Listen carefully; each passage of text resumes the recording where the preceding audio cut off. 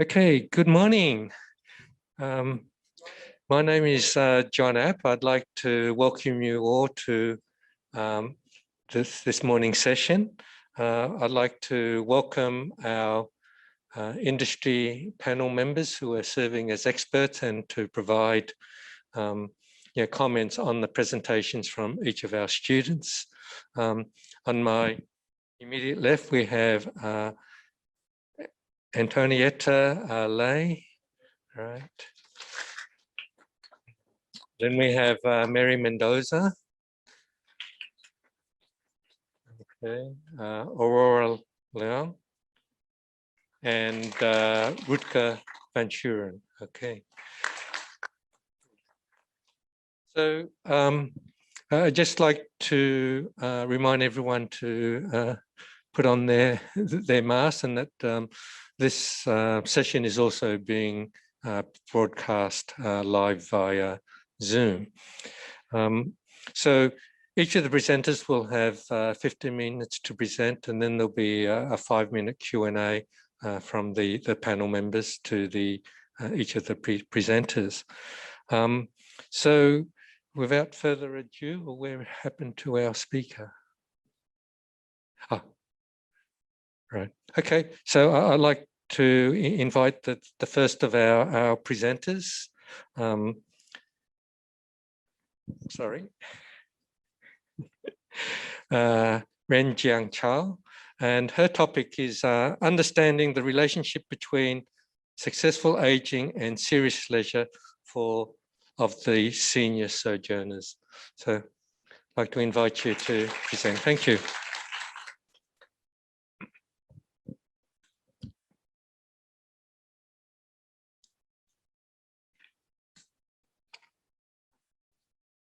Good morning, distinguished professors, teachers, ladies and gentlemen.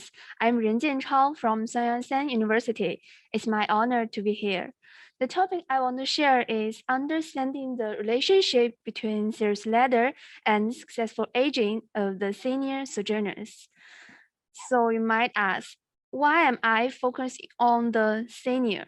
We are surrounded by the college students, professors. Old people are difficult to reach and research. The truth is, as time goes by, everybody will get old. We're all facing retirement, lose family and friends, and we're lonely, ill, sad, and so on. But that is what I see in the Sojourners. They sing, sing, play the saxophone, they go around with cameras and fishing gear. They are happy and healthy, 老有所乐 in Chinese. Serious leisure. The concept helps me explain the phenomena very well, not like casual leisure, which is instant and pleasurable for a short time, like watch TV or tell jokes. Serious leisure emphasize the systematic, care-like engagement people should have or develop special skills and obtain lasting benefits like self-enrichment, self-realization. In all this context, there are 3 questions I want to ask. First, what is the core of serious leisure, like the type, the characteristics? Second, what about successful aging? Final, link serious leisure and successful aging. Let's get into the literature review. This part comes from my 3 questions. First, serious leisure. Stanbase is the initiator and major contributor of senior leisure research. I have reviewed the concept, characteristics, benefits, and so on. Except self-realization, health condition, and life quality are thought benefits of serious leisure. In all, the current research focuses on a single type of leisure activities like reading, like climbing, and lack of consideration for place or space. This is why I try my best to find all kinds of leisure activities and focus on the senior, not at home. Studies of senior sojourners are conducted the industrial level rather than the individual level. I believe that understanding the behavior and experience of the sojourners is the premise for discussing the development of the industry. Then talk about successful aging, which dimensions is low incidence of disease, but not completely. Good cognition and physical function like cook, climb the stairs, and active participation in life. Social participation is widely considered to be a factor affecting successful aging, and mental and emotional health is very important for the elderly, but it's easy to be forgot. How does serious leisure affect successful aging? There have been some discussions like using their body frequently, a chance to study, socialized. All of them seem to point to social participation. And with these ideas in my mind, I started my research. This is the basic information of my two cases. Lu Chong of Yunnan province is a senior sport type soldier. The soldier period is from June to October. The senior sojourners live inside. Zhuhai is an urban soldier. The attractions of soldier are diverse and the type of serious leisure are more diverse. The two cases complement each other and enhance the credibility of the research results. The red one is where I focus my research. Observation and interview are main method, and I also participate in some serious leisure like square dancing. All in all, the field service observed the 14 different types of serious leisure in 12 days, interviewed 24 senior sojourners engaged in serious leisure, and 9 types of relevant insiders. The findings fall into 3 parts. In response to the first question raised by the study, serious leisure for the senior sojourners. In addition to discussing the basic situation, types, the motivation to participate in serious leisure of the senior sojourners, this study summarized 5 characteristics of senior leisure, serious leisure through repeated comparison of the interview materials and the observation materials, and based on stamping the 6 characteristics of serious leisure.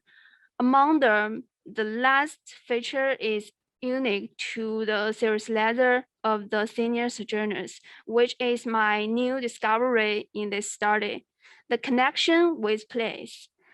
Emphasizing the important feature that the serious leisure activities connect the senior sojourners with the place during tourism mobility. Here, I have put some interview materials to explain. The senior sojourners establish contact with soldier place through serious leisure activities like conquer the space through fishing or show the space through camera. In the predation of serious leisure, sojourners interact with the space, connect people with the place through activities, and even transform the place into a place. The accumulation of personal express and knowledge. In addition to this type of fishing on a space, requirements of high activities, square dance, tai chi, chess can also help the old man quickly establish contact with unusual place. For example, by a familiar square dance in a strange place, the strange become familiar. Answer the second question raised by my study. What about successful aging of senior sojourners? Analyzed from 3 aspects. First one, low incidence of disease and disease-related disability.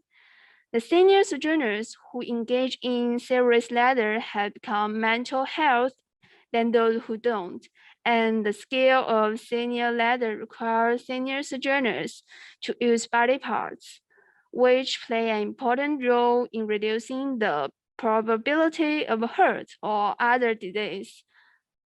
Second, good cognitive and physical function. And 3, active participation in life.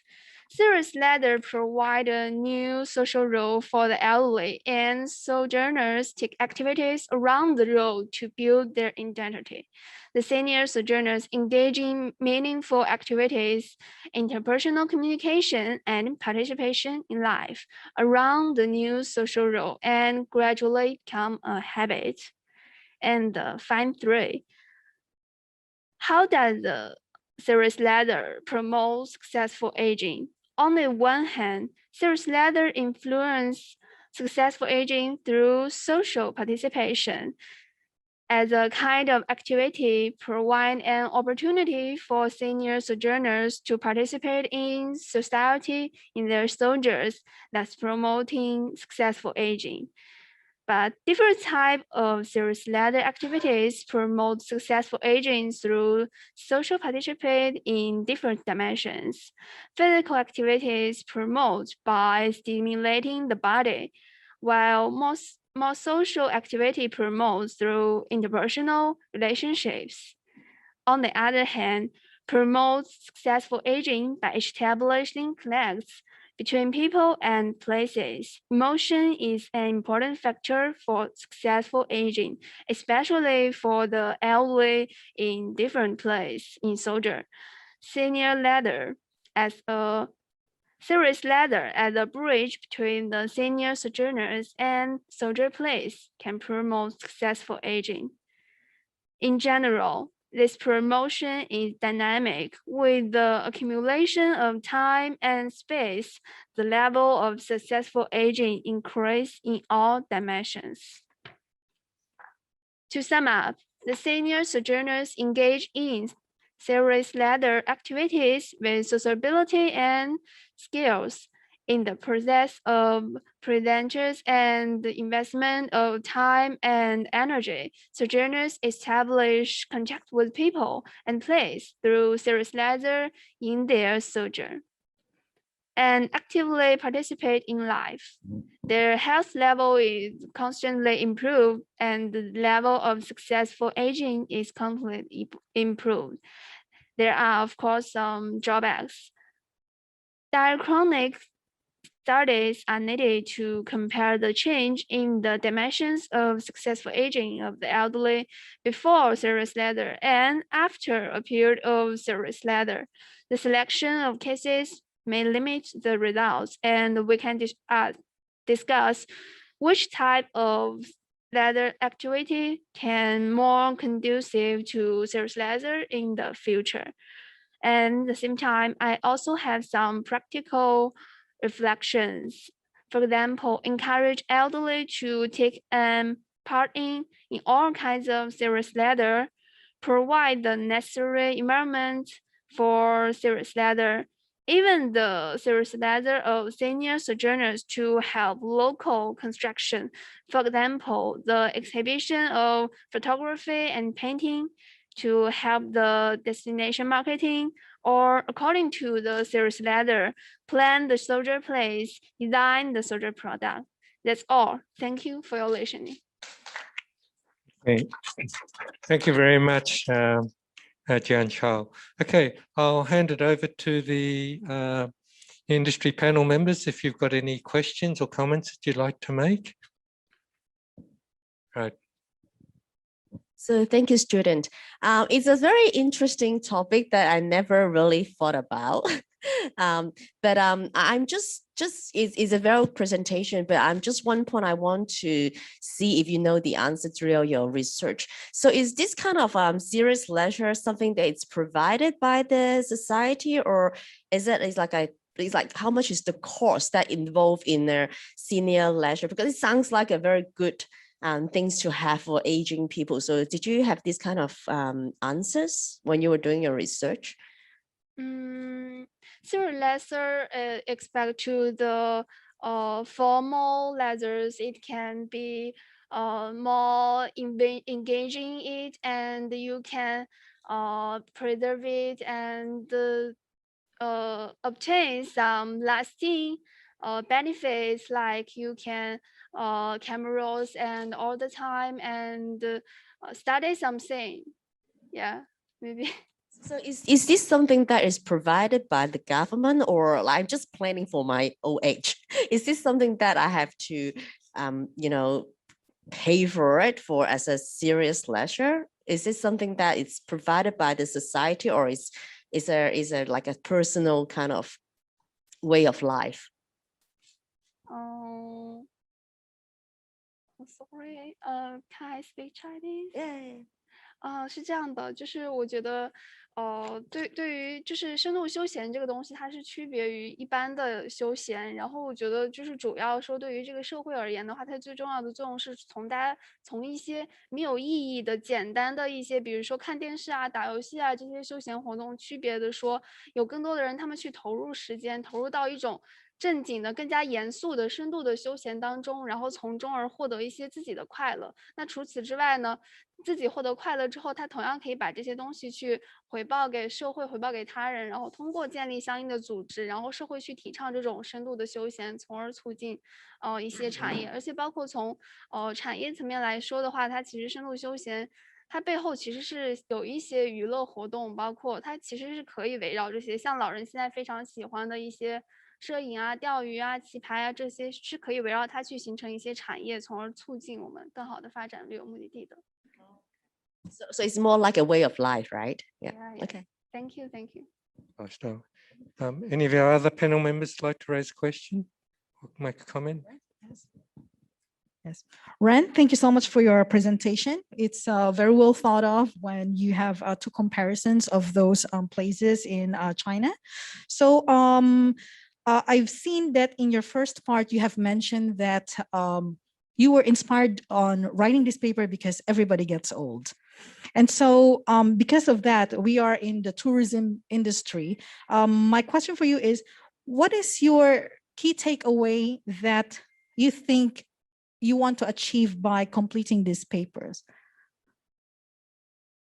What is your objective? What do you want to find out?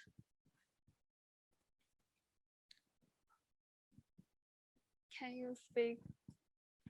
So since you have written these papers and it's about aging, and as well as we are in the tourism industry, what do you have in mind that this could help the people who are aging? Okay, and because before I do this research, and I have because my grandmother and grandfather are watching TV at home, and they couldn't do anything, and I think this is not healthy. And I hope when I'm old or in the future, and everyone could be very happy and they could healthy and do something to the society in their old.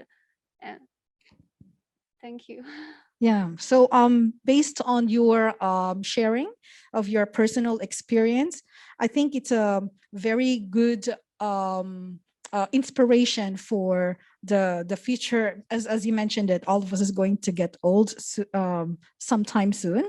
And so I think what I really like about this is that you have seen something that is important for your family and for something that you would see for yourself in the future.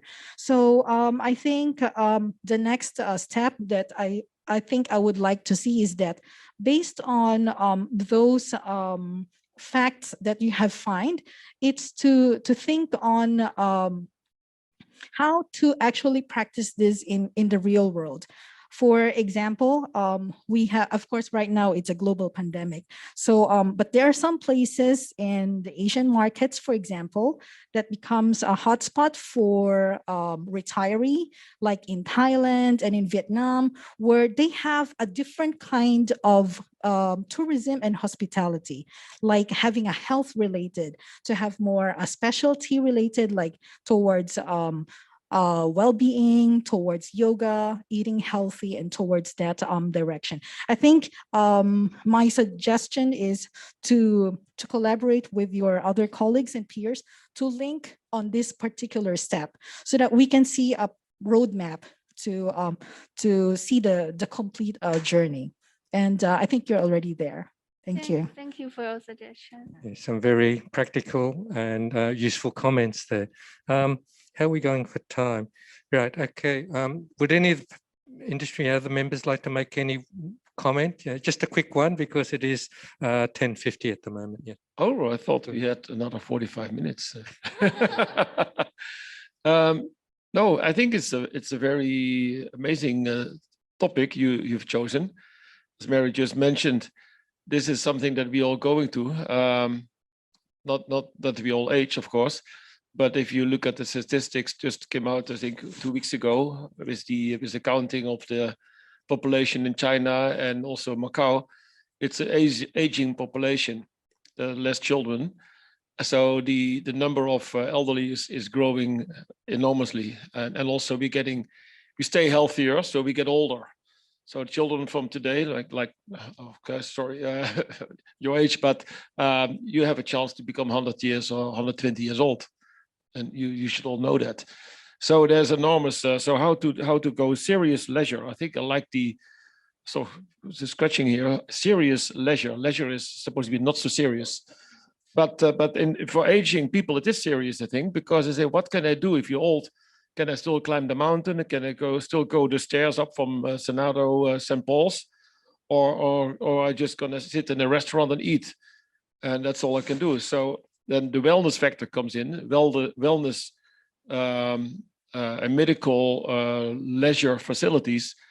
I think that's an opportunity that many hotel groups are investigating at the moment. So coming from the IFTM student, I think is very much related what to do with that. Yeah, also had a question actually. So whose responsibility is it to get elderly out of the house and do leisure? I think you asked the question more or less. It is you mentioned yourself that it was in the family. This could be the grandchildren or the children, but would the government have a role in there?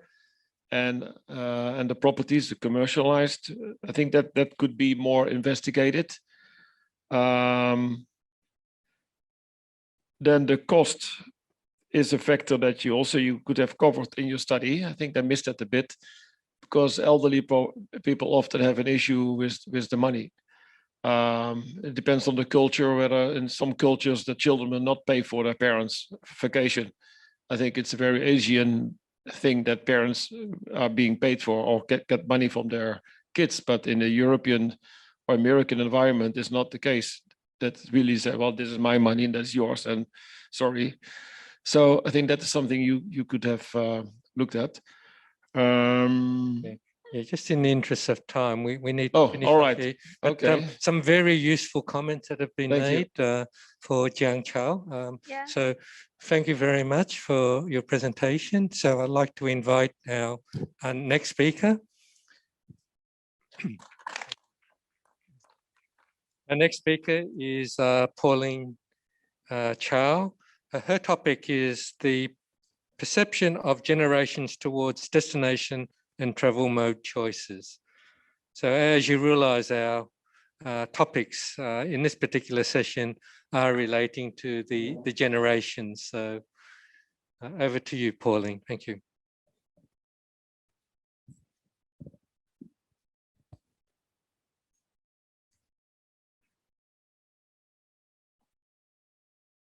So testing.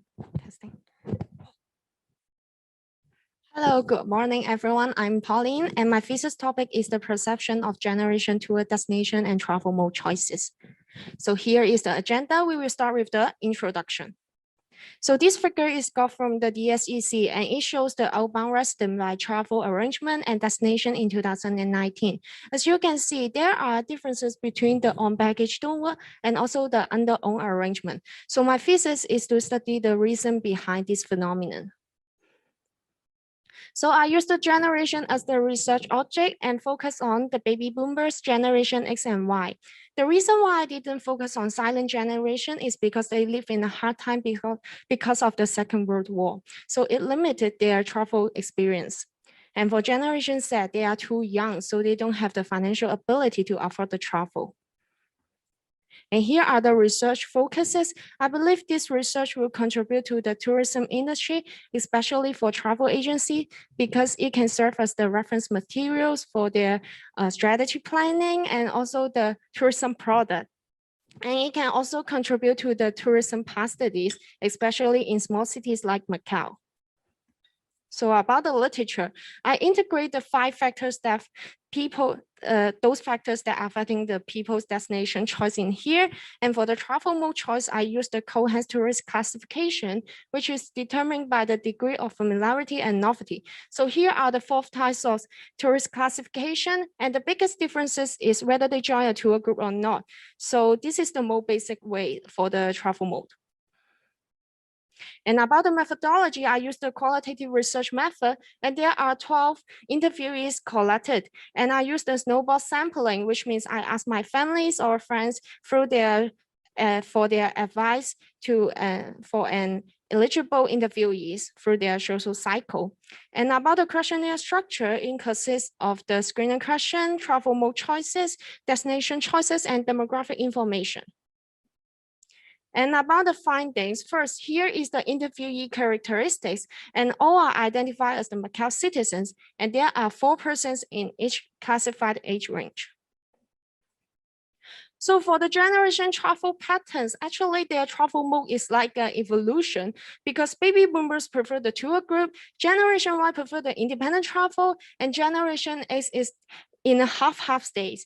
And for baby boomers, they prefer the sightseeing and historical destination, which are supported by the literature. And sorry, I found this PowerPoint slide is missing.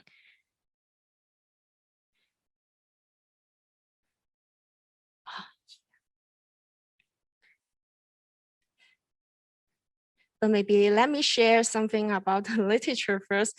For baby boomers, they have a higher motive for experience and emotional satisfaction, and they prefer the city sightseeing, which is also support my findings. And for Generation X, they don't have much literature for them, but they have a high tendency for information collection.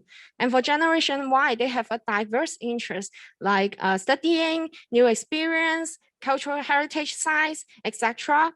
And they prefer the independent travel and the big city destinations. So let's jump to my findings. So for baby boomers, they are motivated by the television advertisement and the tourism program, because mostly they got the information from there and they want to broaden their horizon. So it motivates them to travel. And for Generation X, they prefer a destination with many shopping and food choices, like they would like to buy some souvenir for their friends or relatives. And they were also attracted by the title World Heritage. So it shows that they also have a certain level of novelty on the cultural aspect, but it will not be higher than the baby boomers. And for Generation Y, they would like to explore the local livelihood by themselves. And they mention the word friendliness about their favorite types of destination, which means they prefer a destination where the locals are friendly and willing to help the people. And they highly value the interaction with the locals. And the most favorite destination for them is the metropolis, because they think there have so many shopping and food choices. And also the supporting facilities are comprehensive. So this is also supported by the literature. And for the travel mode choice factors, the first factors affecting baby boomers is the availability of travel partner. So mostly they travel with friends, but it is hard for everyone to fit in a travel schedule. So their travel mode will depend on their available time. And second is the experience. Because of the unknown or inexperienced reason, they will choose the tour group for the first time visit destinations. And third is the language, because they worry that they cannot communicate well with the local. So in these situations, they will choose the tour group. But actually, it can also determine based on the area or culture. For example, they said if they travel within the China, they will prefer the independent travel because the culture and also the language use are similar. But if it is travel like overseas, like European countries, they will prefer tour group. And for Generation X, the first factor affecting them is the safety issue, which it means is related to the activity's potential safety and risky. For example, if they travel to a natural attractions and they join the tour group, the travel agencies will tell them everything that they need to pay attention to. But if it is independent travel, they need to spend time on to search those problems. And second is the travel partner. So mostly they travel with friends or families. So if their travel partner can help them to do the planning, they will prefer the independent travel. But if not, they will prefer the tour group.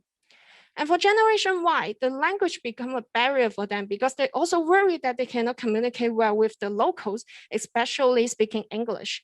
But the primary factor is the safety issue. So if they perceive a risk about the destination, which may from the news, high uncertainty, or word of mouth, they will choose the tour group. And the first factors affecting people's destination choice is the safety issue. For baby boomers, this is a concern of the unfamiliarity for them, and they will try to avoid those destinations because they worry that this will affect their experience negatively. And for Generation X, they will avoid a perceived high-risk destination, but they will also think about the degree of safety, so which may from the news or comments. So if they think the level of risk is acceptable, and also there are travel agencies provide such destination tours, they will choose the tour group. And for Generation Y, they will highly avoid the unsafe destination, but they will also compare the attractiveness. So if the destination is highly attracting them, they will ask for those persons who traveled there before for advice. And second is the transportation. So these three generations also have a similar idea on it. They worry about the transportation convenience, travel traffic, and also the local transportation. So like if the transportation system is complex or wearisome, so it may affect the travel schedule or personal health. For example, like the long haul flights.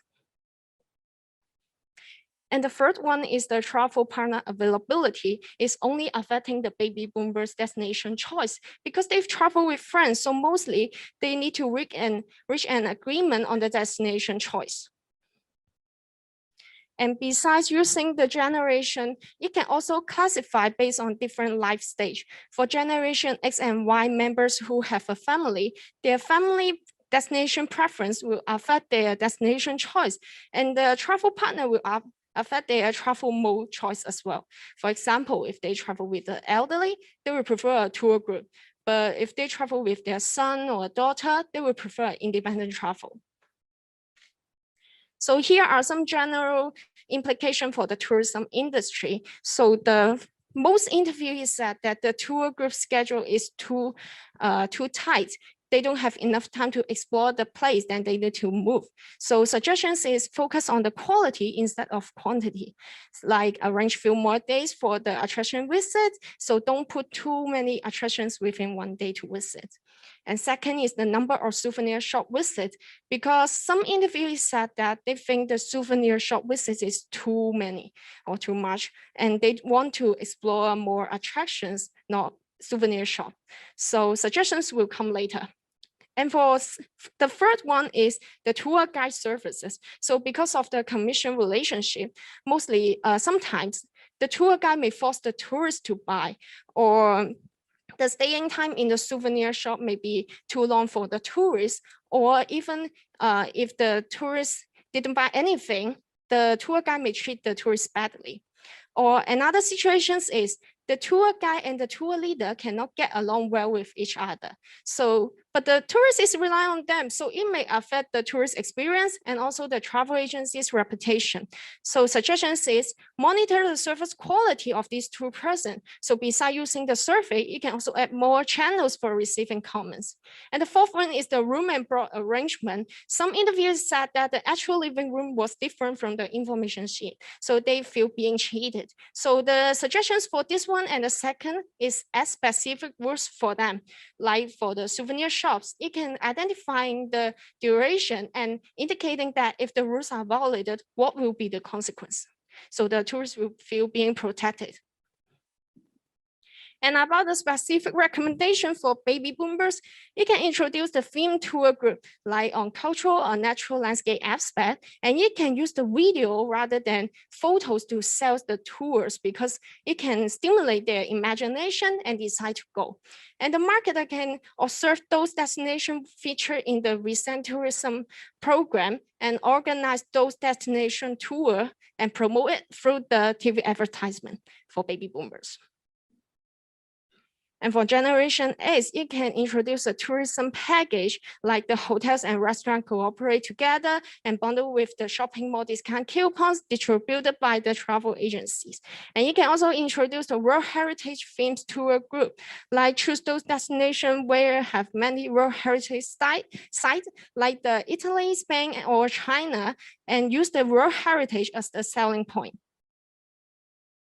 And for Generation Y, you can introduce a small-scale in-depth travel for non-popular or not well-known destination and focus on the connection with the locals. For example, adding more traditional cultural experience activities, or even let the tourists live in a trustable locals house, which the trustable locals definition can be accessed through a specific mechanism. So here are the references and also the research objectives and the questionnaire. Thank you. Okay, thank you very much, Pauline. All right. Yeah, certainly one thing I've observed across the three generations, what's important is the quality of the experience and the quality of the service. So hand it over to our industry expert panel members. Any comments or questions that you'd like to ask or make and address? Yes, Rutger. Still on here, okay. Yeah, thank you very much. Very interesting again. A few questions. One is, did the study confirm your expectations before you started? So afterwards, were you surprised with some of the outcome? Then I'm surprised to see that the Generation Y put safety as a very important issue. I thought that Generation Y would more, reckless, sort of less care about safety, but the study shows it's the most safety concerned. What is your comment on those two questions? Yeah, actually is because before I doing this research, the questions for me is because my internship was finished on the travel agency. So I observed that actually there are the customers, the age range maybe is the baby boomers or Generation X, less Generation Y members. So I want to know, is it any reason behind or why they have why this phenomenon exists? Because for me, I also a Generation Y, but actually I would like to join the tour group and yeah, more than the independent travel. But when I talked to my interviewees and I found that, okay, I understand the reasons behind this. But actually I think it's this can be a serious problem is that because of the aging problem. So if the Generation Y get older and they still have the behavior is they prefer the independent travel, not the tour group. So that will be a problem for the travel agencies.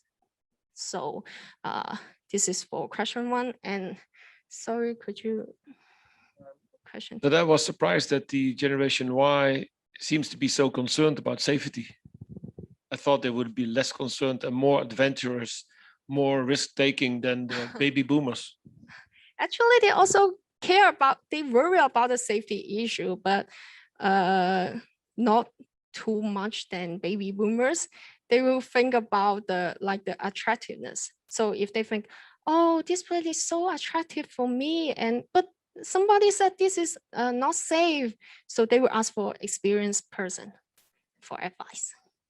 Yes. Okay. One more quick one. Sorry. So Macau is most suitable for which one? Which baby boomers, X or Y, or Z? Which generation it fits most to Macau tourist product? Well, I think, so you mean based on the now marketing tours? It's mostly for the baby boomers, actually, I think, because like they will focus on the cultural and natural landscape. And yeah, they also add something new is like the hot places for the photo taking like this. I think this may be like try to attracting the new generation, but yeah, this is changing. This is developing. Yeah, so but the based on now marketing tours is mostly attracting the baby boomers. Thank you. Okay, all right. Yeah, just one more last comment or It's a very question. quick one. So I think it's good that you have the research and the interview and then the recommendation as well. But one thing I just want to criticize on is the number of the sample size, and they are all Macau citizens. So this is something that, is that a reason that you choose only the 12 of them and then they are all from Macau? Is there a reason for that? Yeah, because like what I said, I want to besides know the reason behind this phenomenon, and also I want to do some implication or recommendation for the travel agencies. So I choose the Macau's residents. I want to know their points of view. So because they are the majority customers, so I choose the Macau residents. And also for the average, because my interviewees are 12, totally 12, and there are 4 persons in each classified age range. So it is in a balance, but I know this is qualitative research, so. Yes, okay. Yeah, one of the characteristics of qualitative research is not necessarily the number of people that are interviewed, but the quality of information that they provide for you. Okay, so thank you very much, Pauline. Okay, we go to the last of our presentations in this particular session, and we have Doris Yang, and she'll be presenting a topic about the difference between parents and local parents and tourist parents towards the science museums in motivations of parent-child interactions, emotions, and post-visit perceptions. Nice long title. Over to you, Doris.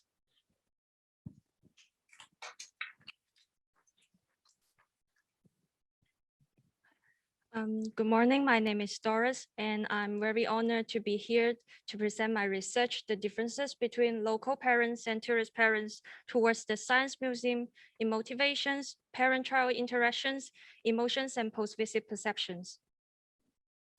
So my presentation will be divided into 5 parts, and this is the content.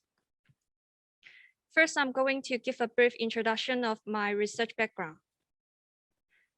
By applying the latest information technology and innovative marketing strategies, museums are no longer just a traditional exhibition and visiting process. To distinguish the museum tourism, consecutive revitalization and adaptation to the market needs are the 2 significant museum tourism objectives. To be specific, Science Museum has its features to shift to market-oriented and create new experience for visitors. To specify the features, hands-on science exhibits and activities are typical and common. The design of hands-on activities positively impacts individual development in terms of emotional benefits of play, cognitive learning, social and motor skills. Children always play the vital role in travel, purchasing, and planning decisions. Therefore, they are pay more attention and invested more by the marketers in the patterns of tourism. However, parents are also significant tourists to the destinations and the visitors to the Science Museum that cannot be ignored, and far too little attention has been paid to this population. Therefore, the study is aiming to answer the question below. What are the parents' motivations and emotions during the visitation to the Science Museum? What kinds of parent-child interaction can be promoted within the Science Museum? Do local families and tourist families differ in their motivations, emotions, parent-child interactions during the visitation, and post-visit perceptions of the Science Museum? So I quoted a sentence from George Bernard Shaw. We don't stop playing because we grow old because we stop playing. It is essential to make sure that parents can have fun and also gain value from the tourism experience. I'm going to introduce some of the key findings in different journals and the gaps that needs to be filled. In the field of museum, many researchers have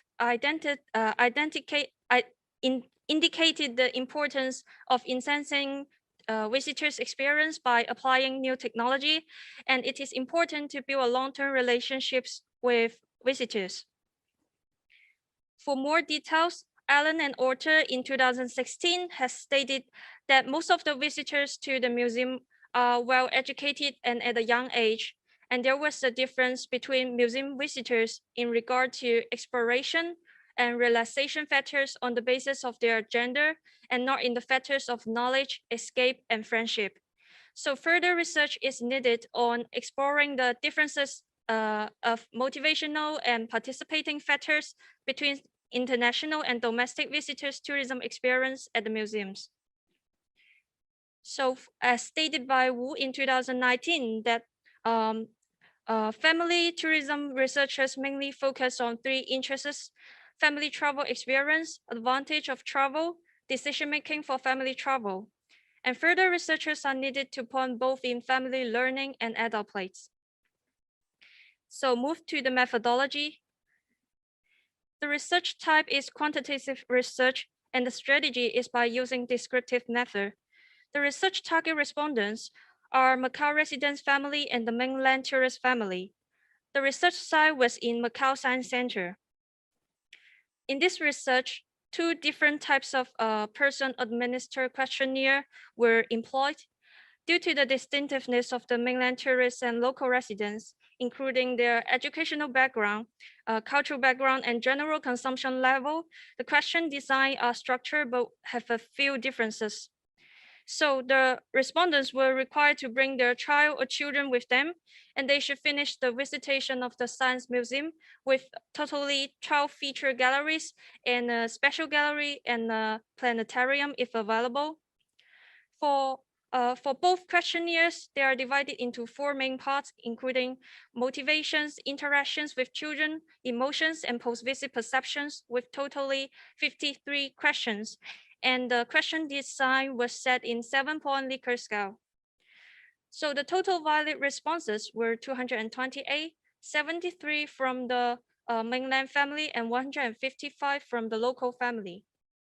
SPSS data analysis was used to conduct the independent sample t-test. So these are the feature galleries that the Macau Science Center provides. And this is the research process. For the research finding, let's start with the demographics profile. For both local visitors and the mainland visitors, there were more female respondents than the male respondents. The percentage of children's age for different regions were generally similar, mainly from 4 to 6 years old. For the educational background, the level of structure for the mainland parents is higher than the Macau parents in terms of their bachelor degree and master degree.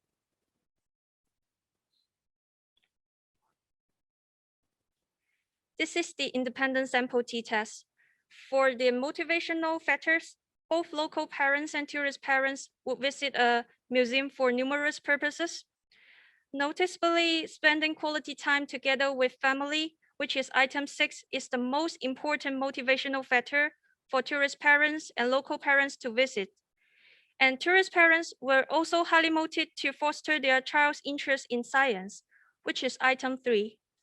And these results highly match with the research done by Tyve in 2001 and Orter in 2016, in which there is an apparent social orientation for visitors that people are not only visiting the museum for educational purpose, but also to spend quality time together with their friends and family. For the parent-child interactions, the findings indicated that the most interactive actions for parents were to encourage their children to try hands-on activities, which is item 6. The possible reasons for these differences would be matched with the research done by Sobert in 2020, in which cultural background has an influence on parent-child interactions. Nevertheless, compared with the local parents, tourist parents had more evident interactions with their children in many aspects. For this phenomenon, it is assumed that this is influenced by the competitive environment in the mainland China, that parents may purposely encourage their children to engage in science learning, as this could help to foster their scientific literacy. Moreover, another result of this study is different from the research result, which was done by Cohn and Condold in 1978. According to the observation results, providing explanations and children aspect questions were the most frequent verbal behavior of parents toward children. And in this research, item 1, explain the principles of the science to their child only occupied moderate places among 12 items. For the emotional factors specifically, the tourists disagree more with the feeling of loss and disoriented than locals. It is reasonable to have this situation, since most of the tourists came to this science museum for the first time. The reason can also be used to explain the differences between these two groups for the feelings of astonished by something, that is item 5, and the tourists have a stronger feeling.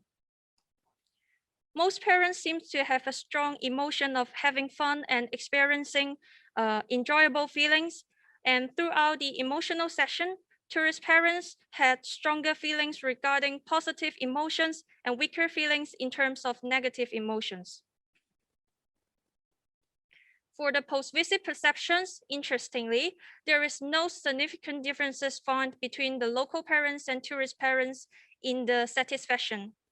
The possible reasons for this could be the overall mean score of satisfaction for these two regions are high enough, which means that most visitors satisfied with the visitation in the Science Museum.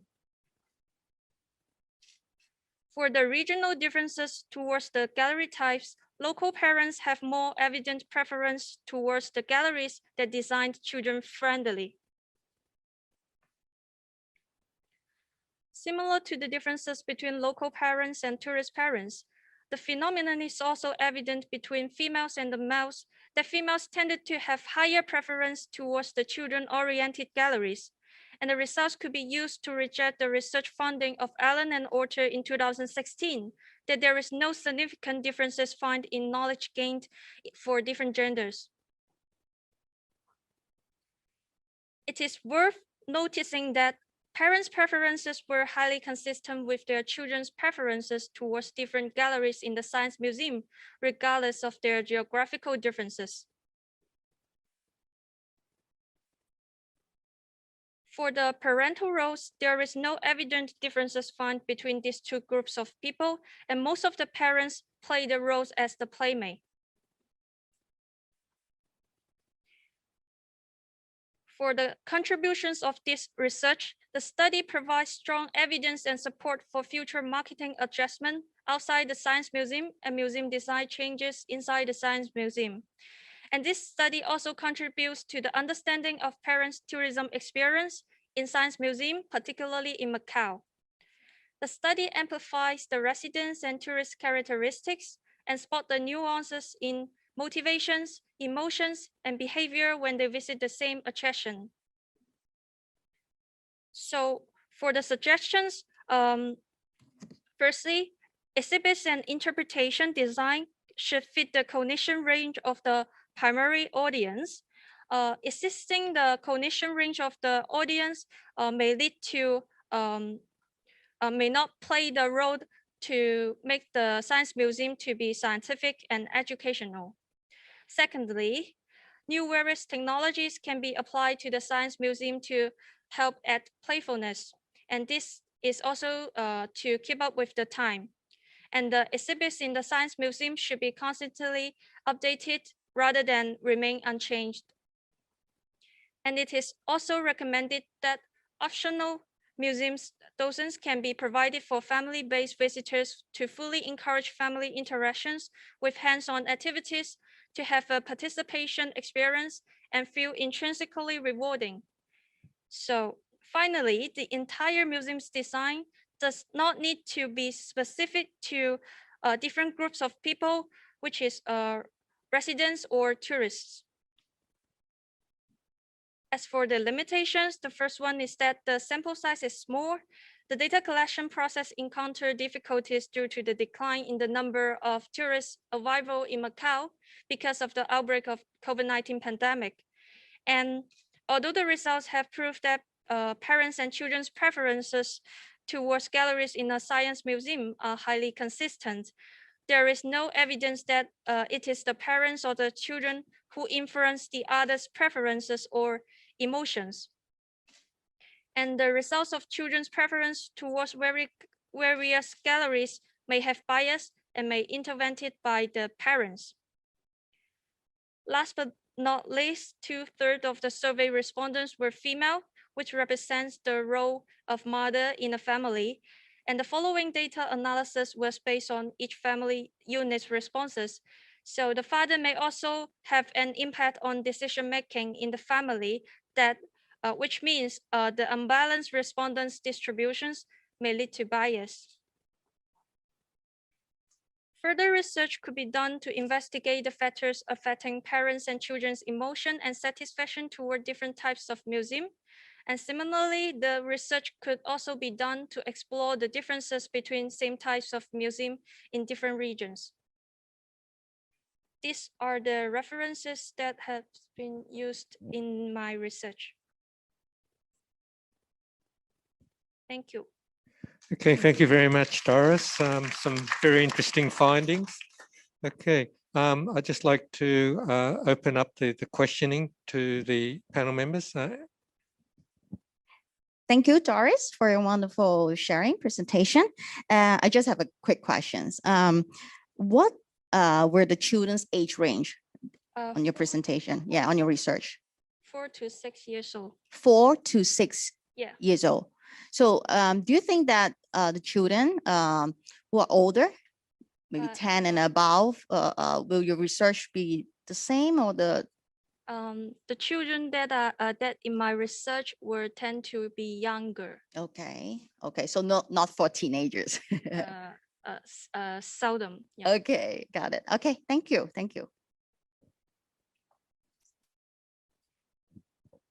So thank you, Doris. I think this is a wonderful presentation. Just looking at your PowerPoint is well done, and I think the research is thorough.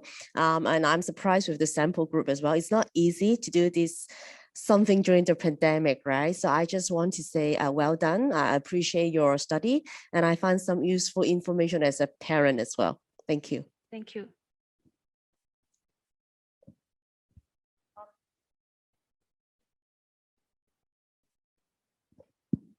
Doris, so congratulations on your presentation.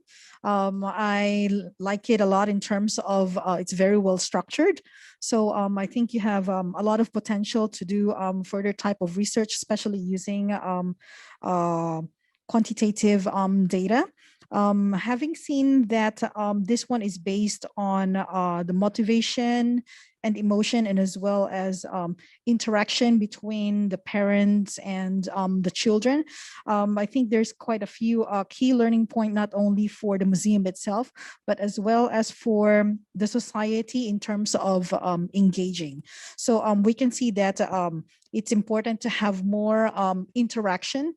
As you mentioned, the Macau parents tend to respond more to their children if the children actually ask something, whereas the mainland tourists that you have researched on, they respond more if they have an activity together. So I wonder if because of the slight cultural differences, if there could be a way to closer the gap together in order to enhance the relationship between the parents and the child. So not only about the museum, the exhibition, of course, this is for the purpose of scientific learning and as well as future scientific literacy for the kids. That's my only comment. Okay, thank you. Thank you. Yes, very, very well done. Excellent, excellent work. Congratulations. One question is, this is for the Science Museum. Would you think this applies for other museums in Macau as well? Because the Science Museum has a lot of hands-on activities. So compared with other museums, Science Museum is a perfect venue for parent-child interactions. Actually, also there are other museums for parents and children to be interactive. However, I think the Science Museum is the best choice because they got 12 feature galleries and they got different themes, and it is more easy to investigate the parents' preferences compared with the children's preferences. Okay, all right. Do we have any more comments or questions? Okay, if not, thank you very much. Right, we've had a series of interesting presentations. The first one by JIANCHAO was looking at things from a more individual perspective in the context of, serious leisure. Then we had Pauline giving us a presentation looking at the travel experiences and modes of travel. And then the last one, looking in the context of an attraction, and all within the context of demographics and different generations. So thank you very much for the students for your presentation and providing some interesting information. Also, thank you to our expert industry panel members.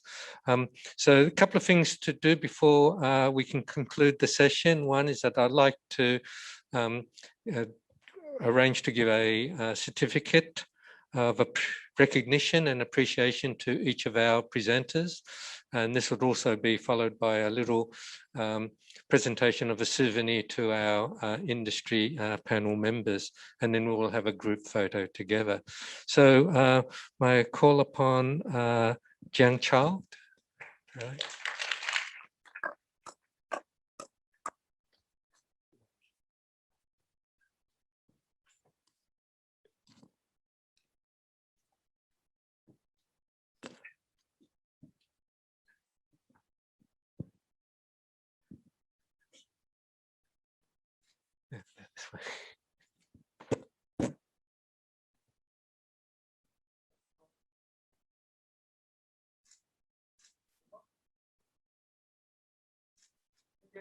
Okay, thank you. Pauline.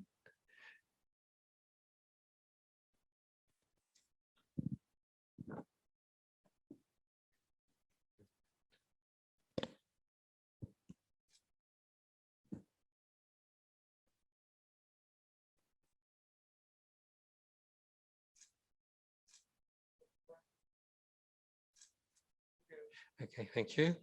And Doris. Thank you.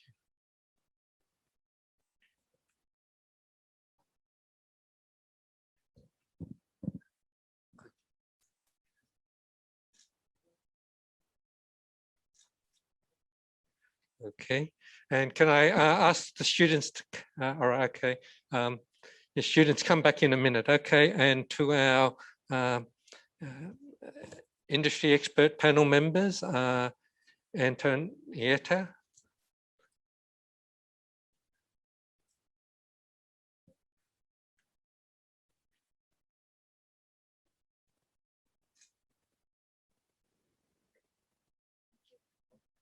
Mary? Yeah.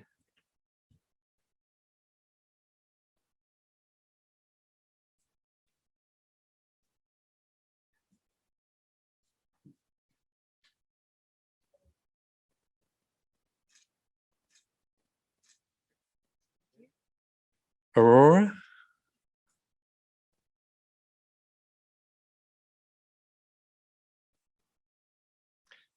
Thank you for helping me.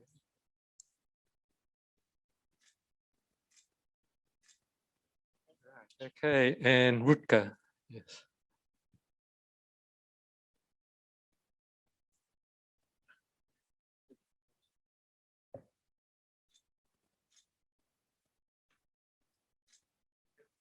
Okay, and yeah, can I like to invite the students as well as the panel members up for a group photo? Yes, yes, may as well. Thank you.